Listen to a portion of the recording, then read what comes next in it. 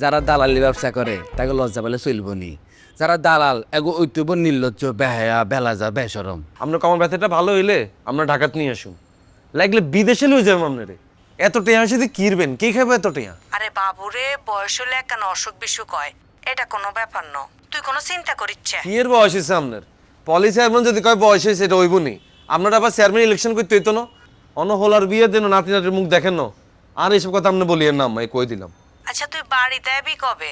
তোর বিবিয়ানো শেষ হয় না, আর কয়দিন লাগবো? আমার আর তো বিয়ে শেষ। কিয়া, তোর রেজাল্ট তো তুই আরে জানাচ্ছ, তুই পাস করছিস নি? আমি আপনারে কই না না আম্মা, আমি মনে এক্সাইটমেন্টের ঠেলা আপনার বলতেই ভুলে গেছি। আম্মা আমি তো বিবিএতে ফার্স্ট ক্লাস পাইছি। মাশাআল্লাহ, আলহামদুলিল্লাহ। আর হলা বিবি হাস করছে, আই বেগুনের মিষ্টি খাওয়াইম। জি আম্মা, আপনি বেগুনে মিষ্টি খাওয়াইন, যেগুলো অশিক্ষিত মূর্খ এগুলো বেশি খাওয়াবেন। করবেন যে সা কাবিলা বিবিএতে ফার্স্ট ক্লাস পাইছে, আর তোরা কি করস? অন কি তুই তাহলে নোয়াখালী চলি আবি নাকি আবার এমবিএ করবি?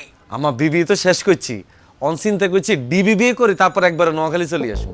কিয়া ডিবিবিএ কিয়া? বিবিএর পরে না এমবিএ? আমার ডাবল বিবিএ আম্মা।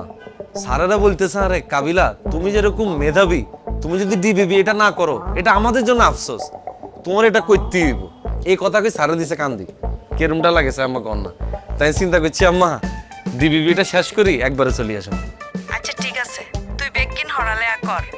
অন কি ডিবিবিএ হতে গেলে কি আবার ভর্তি হইতে হইব নি? টিয়া পয়সা লাগবো নি? ওই আমার সেমিস্টার ফি তো আগেরটাই, খালি ভর্তি হওয়ার সময় আম্মা 70,000 টাকা দেয়া লাগবে আর কি। আচ্ছা ঠিক আছে, আয় তোরে 70,000 টিয়া ফাড়াই দিতেছি, আরো 10,000 টিয়া বাড়াই দিওম। তুই তোর বন্ধু বান্ধবরা লই মিষ্টি টিষ্টি কিনি খাইস। আর হুন, ওই যে নাবিলা আছে না, হেতাগো বাসাত মিষ্টি ফাড়াই দিস কেন? আচ্ছা আম্মা ঠিক আছে। আম্মা আপনারা কি আর কইতাম, 10,000 টাকা দিই, ঢাকা শহরে তো বেশি মিষ্টি আন যেত না। আর নাবিলাকে বাসায় দিতে গেলে তো একখানা বাড়ায় দান লাগতো না। আমরা এক কাজ করেন, আর 5,000 টাকা একখানা বাড়তি দিয়েন কেন? আচ্ছা ঠিক আছে, আয় তোরে আরো 10,000 টিয়া বাড়াই দিও। আচ্ছা আম্মা ঠিক আছে আম্মা, আমরা আল্লাহ দোয়া করিয়েন কেন? আচ্ছা দোয়া করি বাবা। জি আম্মা, আসসালামু আলাইকুম। ওয়ালাইকুম আসসালাম। নতুন ধান লাগে। আর যদি আম্মারে বলি আম্মা বিবিটা শেষ করি না, আম্মা আরে কইব তোর হড়ালের গুষ্টি কিলে আয়, তুই নোয়াখালী চলি আয়।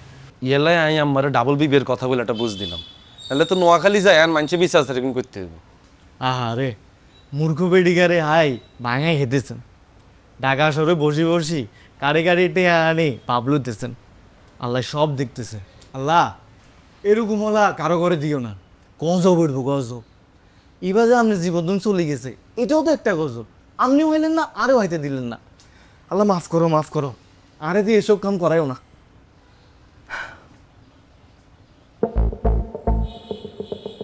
ভাইয়া আর ভুলে গেছে ভাইয়া, আর মাফ করে দে। আমি ভুলে কই গেলাইছি এই যে ভাইয়া, আমি নিজে মারি গেছি। আমি উঠে গেলে তোরা যেরকম জোরে থাপড়াইতাম এরকম জোরে জোরে থাপড়া। এই যে ভাইয়া, আরো জোরে থাপড়া, আরো জোরে থাপড়া। এই যে ভাইয়া তবলা দিছি। অনার সামনে উঠে যা, আসলে হিট উঠে গেছে সময়, সামনে উঠে যা। দালাল ভাইয়া, আপনার দালালি ব্যবসা কেমন চলতেছে? জি স্যার, আপনাদের তো ভালোই চলতেছে। বাহ, ভালো হইলে ভালো। বলতেছি মাঝে মধ্যে ভাইয়েরও হোয়াটসঅ্যাপ করিয়েন, ছবি পাঠিয়েন, দেখুন আর ভাই কিয়া করে। হ্যাঁ স্যার, আপনার সাথে আমি একটু পরে কথা বলি। ভাইয়া লজ্জা পাইতেছেন কেন?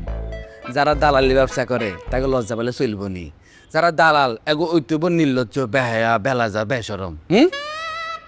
স্যার আমি ফোনটা রাখছি। হ্যাঁ আরে কথা কথা রাখি রাখি, ফোন করছি আই টিয়া কাটতেছে, আর আনের কি কথা বলেন তো।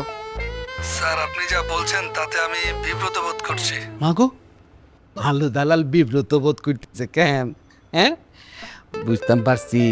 আপনি একটা কাম করেন, আল্লাহকে একখানা দালালি করে ফেলেন, বিব্রত বোধ কাটি দিব। স্যার আমি আপনাকে পরে ফোন দিব, রাখি।